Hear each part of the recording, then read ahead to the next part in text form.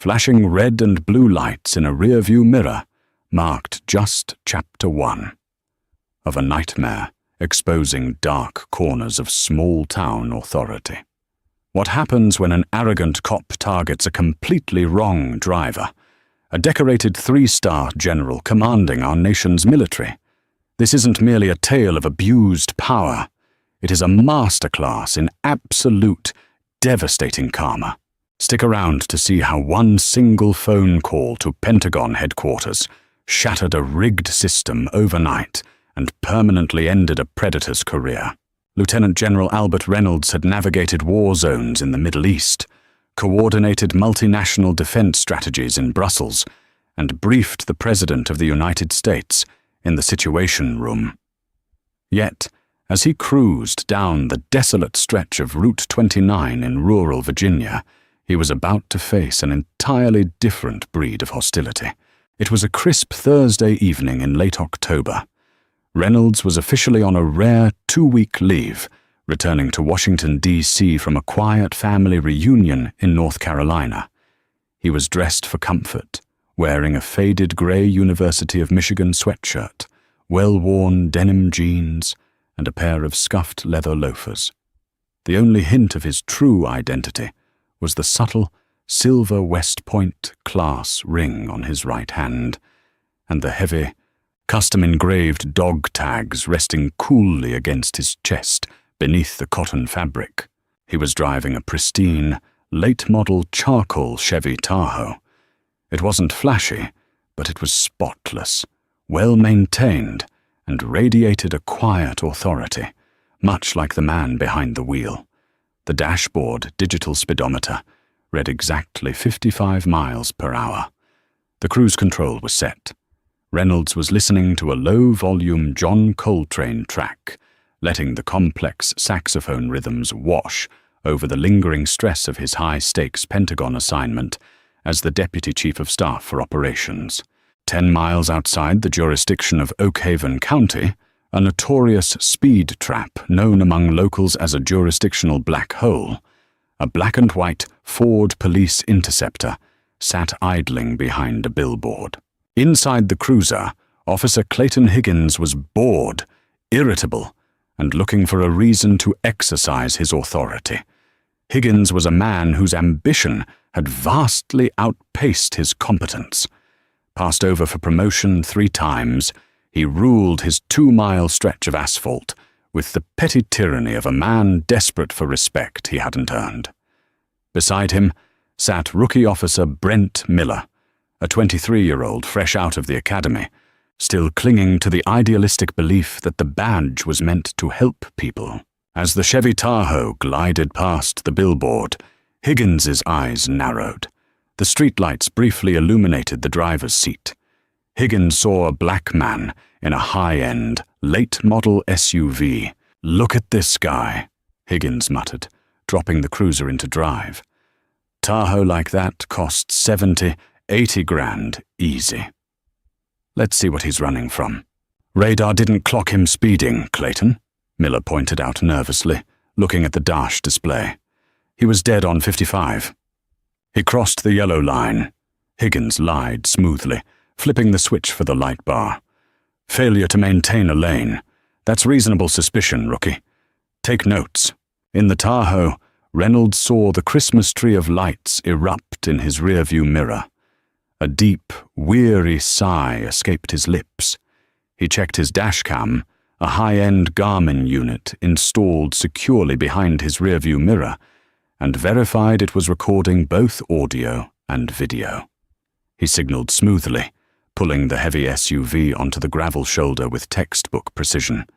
He shifted into park, turned off the engine, rolled down all 4 windows, a standard courtesy to ensure the officer felt safe, and placed his large, calloused hands at the 10 and 2 positions on the steering wheel. He knew the drill. He had grown up in the Deep South. A uniform and 3 stars on his collar protected him at the Pentagon. But out here on a dark highway, in civilian clothes, he was just another target. Higgins approached the driver's side, his hand resting aggressively on the butt of his sidearm. Miller hung back near the rear quarter panel, his flashlight trained on the back seat. "License, registration, and proof of insurance," Higgins barked, leaning in close, invading Reynolds' personal space. The officer didn't offer a greeting, didn't state the reason for the stop. Just a command, dripping with contempt. "Good evening, officer," Reynolds replied. His voice was a deep, resonant baritone, calibrated by decades of commanding thousands of troops. It was entirely devoid of fear, which instantly irritated Higgins. "I didn't ask for a weather report," Higgins snapped. "I said license and registration, now." Reynolds moved slowly, telegraphing every motion. "My wallet is in my back right pocket. My registration is in the glove compartment. I am going to reach for them now." Higgins sneered. "Just get them, and no sudden moves, unless you want to find out how fast I can draw." Reynolds retrieved his leather wallet. Inside, nestled behind his Virginia driver's license, was his olive-green Department of Defense Common Access card, clearly displaying his rank of Lieutenant General. He made a split-second tactical decision. He slid out only the civilian driver's license and the rental agreement for the Tahoe. If this officer was operating in good faith, the civilian ID would suffice. If he wasn't, revealing his military rank too early would just give the man an excuse to claim the ID was fake. Reynolds wanted to see exactly how this department operated. Higgins snatched the cards from Reynolds's fingers. He shined his harsh mag light directly into Reynolds's eyes. "Albert, huh? Where you headed, Artie?" "Home," Reynolds said simply, squinting against the glare but not looking away. "To Washington." "Washington," Higgins mocked. "Long way from home. Whose car is this? You borrow it from a friend? Your boss?" "It is a rental," Reynolds replied evenly, "as the paperwork in your hand indicates." "Don't get smart with me," Higgins warned, tapping the flashlight against the doorframe. "You look nervous, Albert. You got anything in this vehicle I need to know about? Drugs?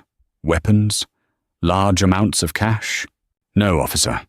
I am perfectly calm and there is no contraband in the vehicle. May I ask why I was pulled over?" Higgins leaned closer, his face twisting into a scowl. "You swerved. Almost ran me off the road back there. It was a blatant, fabricated lie." Reynolds's grip on the steering wheel tightened just a fraction of a millimeter. He knew exactly what this was. He had spent his life fighting for a country that still, in quiet corners like this, harbored men who viewed him as a lesser being. "I see," Reynolds said softly. The calmness of his response seemed to enrage Higgins further. The officer spun on his heel, marching back to his cruiser to run the name, leaving Reynolds sitting in the cold night air. The trap was set, and Higgins was determined to find a reason to spring it. Inside the cruiser, Higgins punched Albert Reynolds's name into the mobile data terminal. The screen blinked green. No warrants, no criminal history, clean driving record, valid license. Higgins slammed his palm against the steering wheel. "Nothing. Guy is squeaky clean. So we write a warning and cut him loose?" Rookie Miller asked, hoping to de-escalate the situation. The vibe of the stop was making him deeply uncomfortable. The driver hadn't done anything wrong, and his demeanor was completely non-threatening. "No," Higgins growled. "I know his type. Arrogant. Thinks he's untouchable. Squeaky clean just means he hasn't been caught yet. I'm going to toss the car. I guarantee you we find something." "Clayton, we don't have probable cause to search," Miller protested weakly. "I thought I smelled marijuana when he rolled down the window," Higgins said, staring dead at Miller. The implication was clear. Back my play, or your career here is over before it starts. Miller swallowed hard and looked away. "Right. Marijuana." Higgins marched back to the Tahoe. He didn't hand the license back. Instead, he slapped his hand against the roof of the SUV. "All right, Albert, step out of the vehicle." Reynolds didn't move immediately. "Officer, my record is clear. You have my license. I have answered your questions. Am I receiving a citation for the alleged lane violation, or am I free to go?" "You're stepping out of the damn car!" Higgins yelled, his hand returning to his holster. "I smell marijuana coming from the cabin. That gives me probable cause to search this vehicle. Now step out, or I will drag you out." Reynolds looked at Higgins. It was the same look he gave to insubordinate colonels who tried to cut corners during combat exercises, a look of absolute, piercing authority. "Officer, I do not smoke. I have never smoked. There is no marijuana in this vehicle. I do not consent to any searches of my property. I am asking for a supervisor to be called to this location immediately." The invocation of rights, the demand for a supervisor, the utter lack of subservience. It broke Higgins's fragile ego. "I'm the only supervisor you need!" Higgins screamed. He grabbed the handle, yanked the heavy door open, and lunged into the cabin. He grabbed Reynolds by the collar of his University of Michigan sweatshirt and yanked outward. Reynolds, a man who maintained a rigorous physical fitness regimen, could have easily broken Higgins's wrist and neutralized him in 3 seconds flat. But his discipline held. He knew the statistics. He knew what happened to black men who fought back against police on dark highways, regardless of who was in the right. He went limp, allowing Higgins to haul him out of the vehicle so that the officer couldn't claim he resisted. Higgins slammed Reynolds face first against the side of the Tahoe. The metal was cold against Reynolds's cheek. "Put your hands behind your back," Higgins barked, driving a knee into Reynolds' hamstring. Reynolds complied silently, bringing his hands to the small of his back. He felt the cold steel of the handcuffs bite viciously into his wrists. Higgins clamped them down hard, ratcheting them tight enough to restrict the blood flow. "Officer Miller," Reynolds said, his voice strained but perfectly steady, addressing the rookie who was standing frozen a few feet away. "Please note the time. Please note that I am fully compliant. And please note that your partner is initiating an unlawful arrest without probable cause." "Shut your mouth!" Higgins shoved Reynolds's head against the glass. "Watch him, Miller. I'm tossing the car." Higgins spent the next 20 minutes tearing apart the interior of the pristine Tahoe. He threw Reynolds's neatly folded civilian clothes onto the dusty gravel. He unzipped a leather shaving kit and dumped the contents on the driver's seat. He tore up the floor mats. Nothing. Absolutely nothing illegal. Then Higgins popped the trunk. Sitting next to a set of Callaway golf clubs was a heavy, matte black Pelican case. It was secured with 2 heavy-duty steel padlocks. "Well, well, well," Higgins muttered, his eyes lighting up. "What do we have here?" He dragged the case out and dropped it onto the asphalt. He turned to Reynolds. "What's in the box, Artie? The product? The cash? Give me the keys." Reynolds turned his head to look at the officer. The case contained highly classified Department of Defense briefing materials regarding a joint forces operation in the Indo-Pacific. It was illegal for anyone without top-secret/SCI clearance to even look at the folders, let alone a corrupt, small-town cop. "Officer Higgins," Reynolds said, reading the man's name tag. "That case contains sensitive materials. It is the property of the United States government. You are not authorized to open it. I strongly advise you to stop what you are doing, remove these cuffs, and call your police chief." Higgins laughed, a harsh, grating sound. "Property of the U.S. government? What, you a secret agent now? You expect me to believe a guy like you is working for the feds?" "I expect you to follow the law," Reynolds replied. Higgins tried to pry the locks with a crowbar from his cruiser, but the hardened steel wouldn't budge. Frustrated, sweating, and humiliated that his massive drug bust was evaporating before his rookie's eyes, Higgins made the worst decision of his life. "You're under arrest," Higgins declared, storming over to Reynolds. "On what charge?" Reynolds asked calmly. "Obstruction of justice, resisting arrest, and suspicion of transporting contraband." Higgins spat. "We're impounding the vehicle. We'll get a warrant and cut that box open at the station. Get in the cruiser."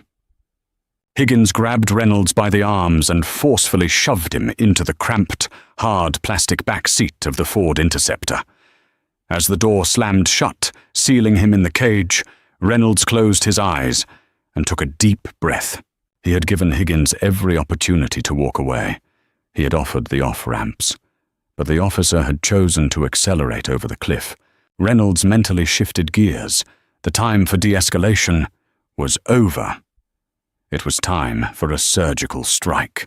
The ride to the Oakhaven Police Department took less than 15 minutes, but Higgins spent the entire duration lecturing Miller from the front seat, intentionally raising his voice so Reynolds could hear through the plexiglass divider. "This is how real police work is done, Miller," Higgins boasted. "These guys think they can cruise through our town with their fancy cars and their locked boxes, thinking we're just dumb hicks. We're going to crack that case open, find the dope, and make the front page of the county paper." In the back, Reynolds sat in uncomfortable silence, his shoulders aching from the unnatural angle of his cuffed wrists. He watched the small town of Oakhaven roll by, a faded main street, a couple of closed diners, a hardware store, and finally, a low-slung, cinder-block building that served as the police headquarters. They hauled Reynolds inside. The station was quiet, manned only by a sleepy desk sergeant named Barnes. "What do we got, Clayton?" Barnes asked, looking over the rim of his reading glasses as Higgins shoved Reynolds toward the booking desk. "Got a live one. Refused a search, acting suspicious. Got a locked safe in his trunk he won't open. Impound the Tahoe. I'm writing up the warrant request for a judge right now. Empty your pockets," Barnes sighed, sliding a plastic bin across the counter. Reynolds' cuffs were removed. He massaged his bruised wrists, his expression utterly blank. He reached into his pockets. He placed his keys, a pack of peppermint gum, and a heavy tungsten pen into the bin. Barnes opened Reynolds' wallet to inventory the cash. He pulled out the civilian driver's license. He didn't look at the other cards layered behind it. He didn't see the DODID. He didn't notice the insignia. "Take his shoelaces and his belt. Put him in cell 3, Higgins ordered. "I'm going to go get my crowbar. Warrant or no warrant, I'm finding out what's in that box. I would strongly advise against tampering with that case, Officer Higgins," Reynolds said, his voice echoing in the drab booking room. "If you break those seals, you will be committing a federal felony." "Throw him in the cage, Barnes," Higgins sneered, turning his back. Reynolds was escorted down a short hallway and locked into a small, cold holding cell. It smelled faintly of bleach and stale sweat. There was a metal bench bolted to the wall and an exposed toilet in the corner. Across the hall, on the wall, hung a heavy metal payphone. Reynolds sat down on the bench. He didn't pace. He didn't yell. He sat with the perfect posture of a man who had endured SERE, survival, evasion, resistance, and escape, training. He mentally reviewed the Uniform Code of Military Justice, the jurisdictional boundaries of the Posse Comitatus Act, and the federal statutes regarding the detainment of a high-ranking military official. An hour passed, then 2. The station remained relatively quiet, save for the muffled sound of Higgins swearing from the garage area, as he presumably failed to crack the Pelican case. Finally, footsteps approached the cell. It was Rookie Miller. He looked anxious, carrying a clipboard. "Hey," Miller said softly, looking around to make sure Higgins wasn't nearby. "Look, man, I don't want any trouble. Higgins is trying to get a judge on the phone for a warrant, but it's late. You have the right to a phone call, You want to call a lawyer or something? Maybe they can talk some sense into him. Reynolds stood up and walked to the bars. He looked down at the young officer. He saw the hesitation in Miller's eyes, the realization that something was terribly wrong, but lacking the courage to stop it. "I will take my phone call now, Officer Miller," Reynolds said. "But I will not be calling a lawyer." Miller unlocked the cell door and escorted Reynolds across the hall to the wall phone. "Dial 9 to get an outside line," Miller said, stepping back to give him a modicum of privacy. Reynolds picked up the heavy plastic receiver. He didn't dial a 1-800 number for a local attorney. He dialed a highly classified 11-digit sequence. The line clicked. It didn't ring. After 2 seconds, a crisp, professional voice answered. "National Military Command Center. Authenticate." Reynolds shielded his mouth slightly, lowering his voice. "This is Lieutenant General Albert Reynolds. Authentication code, Echo 7, Tango Niner Bravo." There was a brief pause on the line as the DoD supercomputers verified the voice biometric and the rolling access code. "Authentication confirmed, General Reynolds," the duty officer said, the tone immediately shifting to one of utmost deference. "Go ahead, sir. Do we have a situation?" "I need to be patched through to General Jack Stanton, Army Chief of Staff," Reynolds said smoothly. "Wake him up if you have to. Patch him to this number on a secure bridge." "Stand by, sir." 60 seconds later, a gruff, sleep-heavy voice came on the line. "Art? It's 2 a.m. You're supposed to be on leave, fishing in the Outer Banks. Are the Russians moving on the border?" "No, Jack, nothing like that," Reynolds said, a faint, grim smile touching his lips. "I'm currently sitting in a holding cell at the Oak Haven County Police Department in Virginia." There was dead silence on the line. Then General Stanton's voice returned, wide awake and razor-sharp. "Say again, Art. You're in a local jail. Was there an accident?" "No accident. I was subjected to a pretextual traffic stop by an aggressive local officer. No probable cause. He escalated, illegally searched my rental vehicle and cuffed me. I am currently being held without legitimate charges." Stanton let out a long, slow breath over the phone. "Are you injured?" "Bruised wrists, nothing broken. But Jack," he impounded the vehicle, "and he has my secure Pelican case, the one containing the Pacific Fleet deployment briefs." The silence that followed was terrifying. When Stanton spoke again, his voice was cold enough to freeze nitrogen. "He has top-secret classified materials. He's currently in their garage, trying to pry it open with a crowbar," Reynolds confirmed, his eyes locking onto Rookie Miller, who was watching him with growing unease. "Art, you give me the word, and I will scramble a team from Quantico so fast the sonic boom will shatter their windows," Stanton growled. "I'll have the FBI hostage rescue team kick their doors in." "No," Reynolds said calmly. "Keep it clean, Jack. I don't want a shootout. I want accountability. Contact the Provost Marshal. Send a military police detachment from Fort Belvoir. Get the Department of Justice on the line, specifically the Civil Rights Division. And Jack?" "Yeah, Art? Bring the heavy hitters. I want this precinct fully locked down before sunrise. I want this handled by the book, so thoroughly that these officers never wear a badge again." "Copy that, General," Stanton said, dropping the informal tone, shifting entirely into wartime command mode. "ETA for advance elements is 45 minutes. Do not let them open that case. Hang tight, Art. The cavalry is coming." Reynolds hung up the phone. The loud clack of the receiver hitting the cradle echoed in the quiet hallway. Miller stepped forward, his face pale. Did you get your lawyer?" Reynolds turned around. He looked at the rookie, then down the hall toward the garage where Higgins was still banging away. "No, Officer Miller," Reynolds said softly, his voice carrying the weight of the impending storm. "I called my employer. They're on their way to sort this out. Reynolds walked back into his cell and pulled the door shut behind him. He sat back down on the metal bench, laced his fingers together, and waited for the wrath of the United States military to descend upon Oakhaven County. In the poorly lit garage of the Oakhaven Police Department, Officer Clayton Higgins was losing his mind. He stood over the matte-black Pelican case, his chest heaving, a sheen of sweat coating his forehead. At his feet lay a bent crowbar, a pair of heavy-duty bolt cutters with chipped blades, and a power drill with a snapped titanium bit. The case remained completely impenetrable. "Son of a bitch!" Higgins yelled, kicking the side of the container. It barely moved, heavy with whatever secrets it held.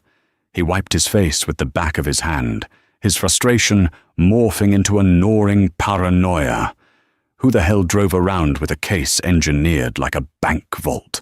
He stormed back into the booking area. Rookie Officer Brent Miller was sitting on a stool near the dispatch desk, nervously biting his fingernails. Desk Sergeant Barnes was pouring a stale cup of coffee.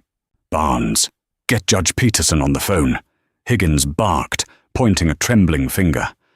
"Wake him up. Tell him I need a sledgehammer warrant for this box. I've got a suspected high-level trafficker in cell 3 refusing to cooperate." Barnes looked at the clock. It was 3:15 a.m. "Peterson hates being woken up for anything less than a homicide, Clayton. You sure about this? The guy back there doesn't look like a trafficker." "I don't care what he looks like." Higgins slammed his palm on the counter. "Call the judge." Before Barnes could reach for the receiver, the dispatch console lit up. It wasn't a standard 911 call. It was the emergency interagency frequency, a line that almost never flashed unless there was a multi-state catastrophe. Barnes pressed the blinking red button. "Oakhaven Dispatch. Oakhaven Dispatch. This is the Virginia State Police, Troop Division 1, operating on behalf of the Federal Bureau of Investigation. Be advised, all Oakhaven units are to stand down immediately. Do not leave the premises. Acknowledge." Barnes froze, his hand hovering over the console. He looked at Higgins, the color draining from his face. "State Police. Copy that. We are holding our positions. What is the nature of the emergency?" "Nature of emergency is a joint federal and military operation. Do not touch the prisoner in holding. Do not approach the impounded vehicle. ETA is less than 2 minutes. Out." "Military?" Higgins scoffed, trying to mask the sudden icy knot forming in his stomach. "What the hell is this? Miller, did you call someone?" "I didn't do anything," Miller stammered, stepping away from Higgins. "He just made his one phone call, that's it."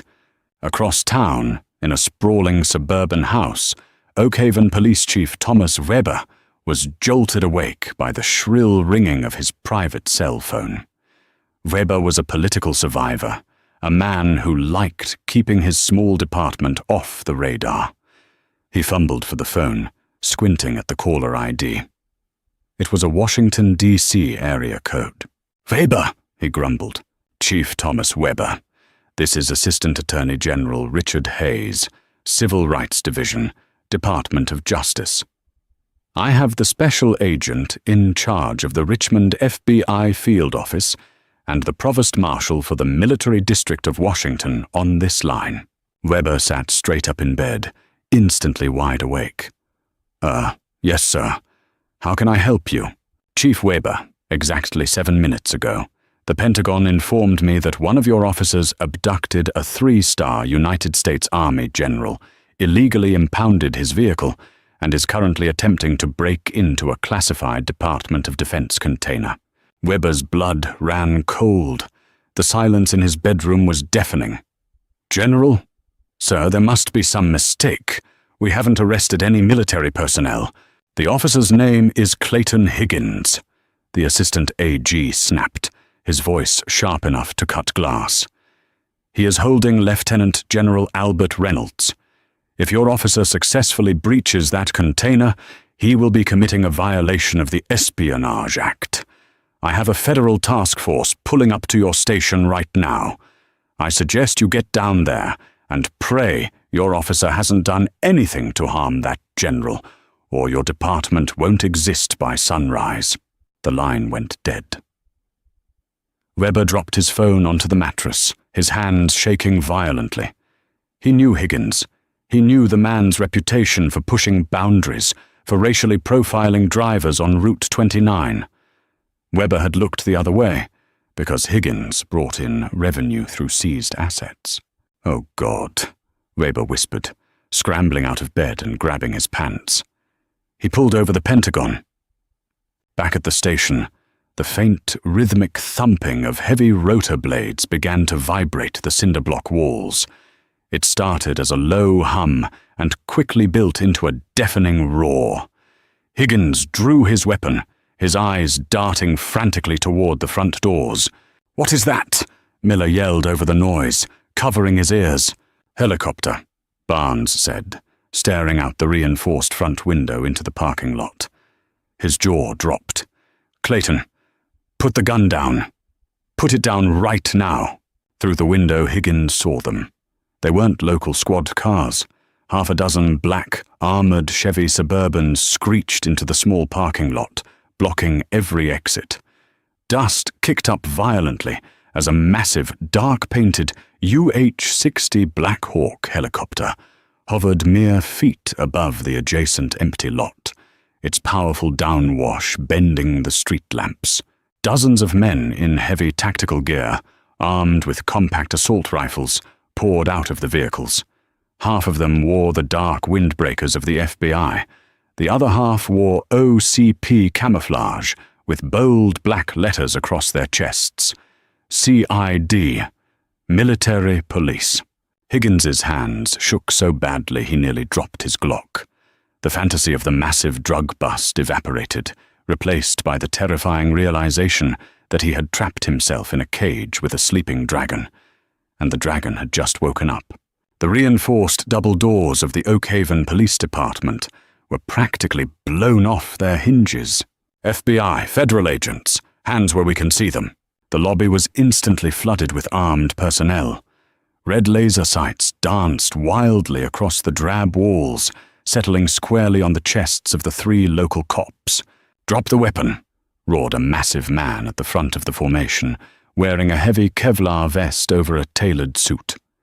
This was Special Agent in Charge Bradley Walsh. Next to him stood Army Colonel Gregory Hartman, his face a mask of absolute, terrifying discipline. Higgins, paralyzed by shock, didn't immediately drop his gun. He stood frozen, his brain failing to process the overwhelming show of force. Walsh drew his sidearm with blinding speed. "I said drop the weapon, officer! Do it now, or you will be neutralized!" The threat of imminent death finally snapped Higgins out of his trance. He dropped the Glock. It clattered loudly on the linoleum floor. In an instant, 2 FBI tactical agents rushed forward, shoving Higgins against the booking counter and kicking his legs apart. They ripped his duty belt from his waist and slapped heavy steel cuffs onto his wrists. "What are you doing?" Higgins shrieked, panic pitching his voice an octave higher. "I'm a police officer. I'm local law enforcement. You have no jurisdiction here." "You're a kidnapper," Colonel Hartman said, stepping forward. His voice wasn't loud, but it carried a lethal weight. "You have illegally detained a superior commanding officer of the United States Armed Forces. Where is General Reynolds?" Miller, whose hands were raised so high his shoulders ached, pointed a trembling finger down the hallway. "Cell 3, sir. He's in cell 3. Hartman nodded to 2 heavily armed military police investigators. "Secure the general. Now." The MPs jogged down the hall. A few seconds later, the metallic clank of the cell door unlocking echoed through the station. The entire lobby fell into a heavy, suffocating silence as Lieutenant General Albert Reynolds walked around the corner. He was still wearing his faded University of Michigan sweatshirt and jeans, but the aura of authority he projected was absolute. He walked with a calm, measured stride, unaffected by the chaos that had just descended upon the building. The moment Reynolds stepped into the lobby, Colonel Hartman snapped to attention, executing a flawless, razor-sharp salute. Every single military police officer in the room immediately followed suit. "General Reynolds, sir," Hartman barked. "Colonel Hartman, CID. The area is secure." Reynolds returned the salute smoothly. "Stand down, Colonel. Thank you for your prompt response." Higgins, currently pinned against the counter by 2 federal agents, twisted his neck to look at Reynolds. The blood completely drained from his face, leaving him a sickening shade of grey. His eyes widened in absolute, unfiltered horror. Albert. The name he had mocked. The man he had slammed against a Tahoe, handcuffed, and thrown in a cage like a stray dog. "You," Higgins stammered, his bravado entirely broken. "You're a general." Reynolds ignored him completely. He turned his attention to Special Agent Walsh. "Agent Walsh, I presume my vehicle and the classified materials have been secured?" "Yes, General," Walsh replied respectfully. "My agents have cordoned off the garage. The Pelican case appears to have minor exterior damage from a blunt instrument, but the locks are completely intact. The seals are unbroken." "Excellent," Reynolds nodded. "I trust the Department of Justice will handle the processing of these individuals?" "Absolutely, sir. We have federal warrants for Officer Clayton Higgins for deprivation of rights under color of law, unlawful detention, and attempted tampering with classified federal property." Walsh turned to look at Higgins with deep disgust. "He's looking at 20 years in federal prison before we even get to the civil suits." Just then, the front doors burst open again. Chief Thomas Weber rushed in, out of breath, his uniform shirt half untucked. He stopped dead in his tracks, taking in the scene. The FBI agents, the heavily armed military police, his rookie-looking terrified, his veteran officer in cuffs, and the tall, imposing black man standing calmly in the center of it all. "General Reynolds!" Weber gasped, stepping forward, his hands held up in a placating gesture. "Sir, I am Chief Weber. I cannot apologize enough for this catastrophic misunderstanding. If you'll just allow me to handle this internally." "Chief Weber," Reynolds interrupted, his voice resonant and commanding. "There is no misunderstanding here. Your officer executed a textbook pretextual stop based on racial profiling. He fabricated evidence, committed an unlawful assault, and attempted to breach highly classified national security assets." Weber swallowed hard, sweat dripping down his neck. "Sir, Higgins is a rogue element. This doesn't reflect my department." "It reflects a severe failure of leadership, Chief," Reynolds countered smoothly. "I spent 3 hours in your holding cell. During that time, I accessed the public records of this department on my mobile device before it was confiscated. Officer Higgins has 22 formal complaints against him for excessive force and discriminatory policing in the last 4 years. You dismissed every single one of them." Weber shrank back as if he had been slapped. "You tolerated a predator because he wore a badge," Reynolds continued, stepping closer to the chief. "You allowed a man who views the citizens he has sworn to protect as enemy combatants to patrol your streets. As of tonight, that ends. The Department of Justice is taking over your precinct. Every arrest Higgins has made will be audited by federal prosecutors. Every asset you have seized will be investigated." Reynolds turned back to Higgins, who was practically hyperventilating against the desk. For the first time all night, Reynolds addressed him directly. "You told me on the highway that you were the only supervisor I needed," Reynolds said, his voice terrifyingly calm. "I hope you maintain that confidence when you are answering to a federal judge. Take him out of my sight." "Move!" the FBI agent barked, hauling Higgins toward the door. The officer's legs gave out, and he had to be practically dragged out of his own station, crying openly as he passed the very cage he had locked Reynolds in just hours prior. Reynolds looked at Rookie Miller, who was standing frozen against the wall. "Officer Miller." Miller flinched. "Yes, sir." "You knew what was happening was wrong. I saw it in your eyes. But you lacked the courage to intervene," Reynolds said softly. "A uniform doesn't make you a good man. Action does. Think very carefully about whether you are meant to wear that badge."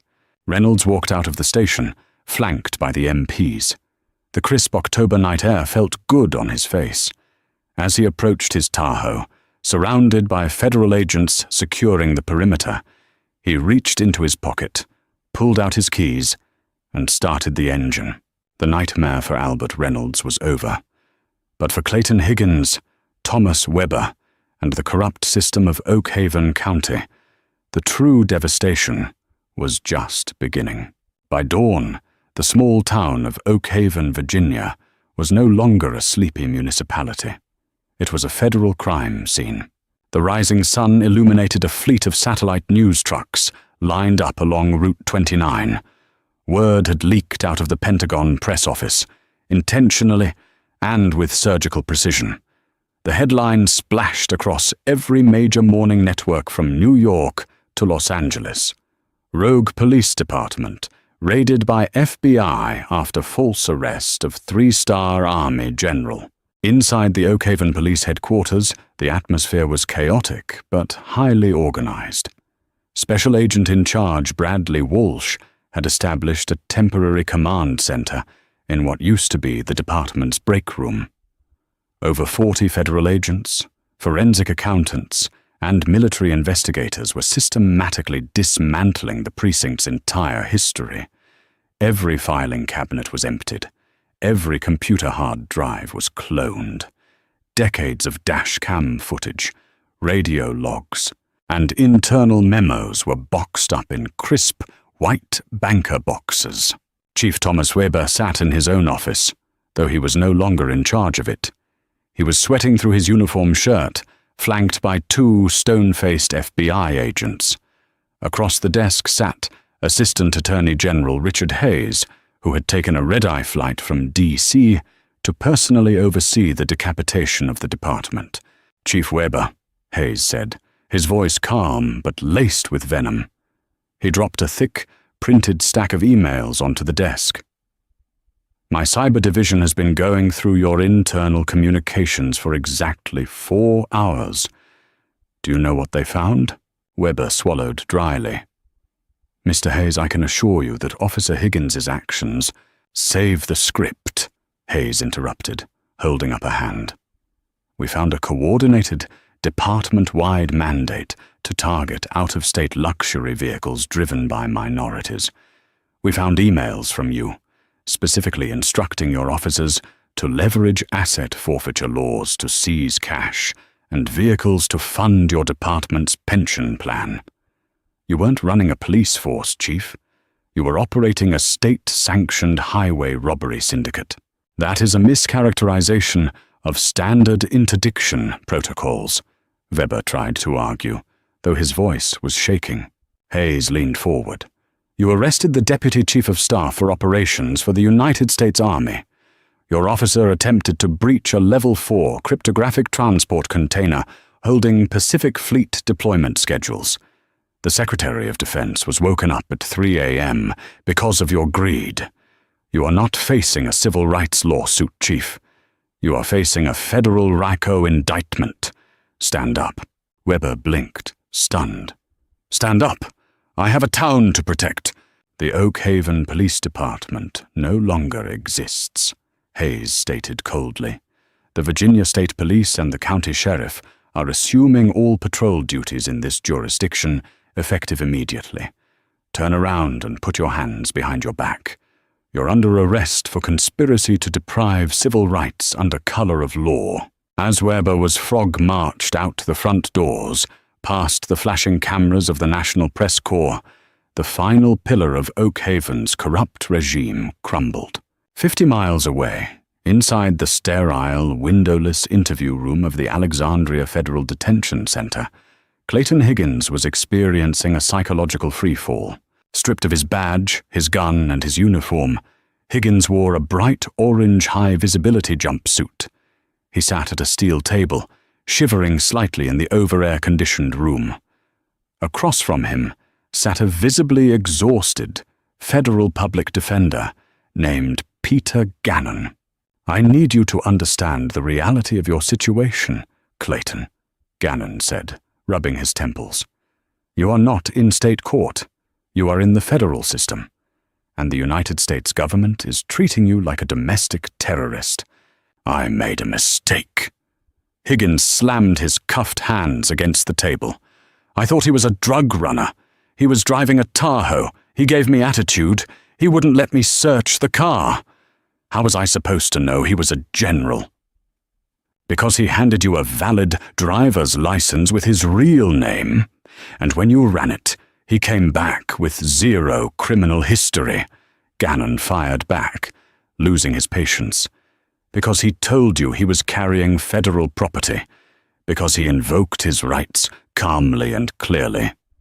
You ignored all of it because you wanted to play cowboy." Gannon opened a manila folder. "Let's review the charges. Deprivation of rights under color of law, false imprisonment, assault. And here is the nail in your coffin. Clayton, attempted espionage." Higgins's eyes widened in sheer panic. "Espionage! I didn't spy on anyone. I was trying to find dope."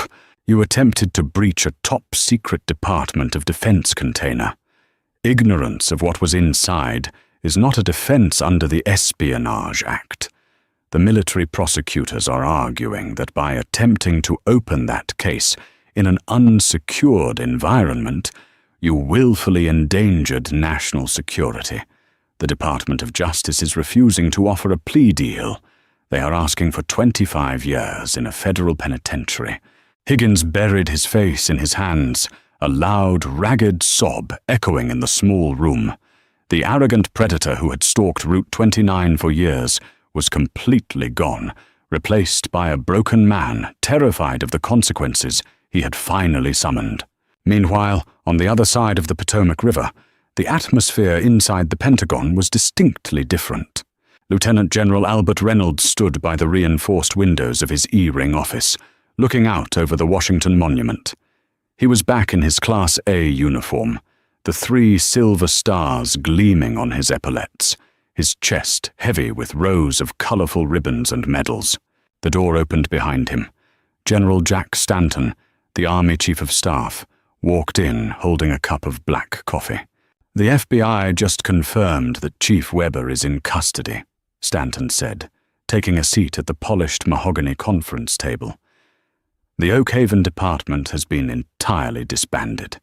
The DOJ is auditing every single conviction, stemming from arrests made by Higgins and his shift supervisors." Reynolds turned away from the window. "What about the rookie, Officer Miller?" "Cooperating fully," Stanton replied. He gave the FBI a sworn statement detailing Higgins's entire fabrication of the traffic stop. He resigned his commission this morning. Said he didn't deserve to wear the badge if he couldn't stop something like that from happening. Reynolds nodded slowly. "Good. At least one of them had a conscience, even if he found it too late." Stanton took a sip of his coffee. "You know, Art, when you called me from that payphone, I thought you were kidding. I've known you for 20 years. You survived Fallujah. You survived the Korangal Valley.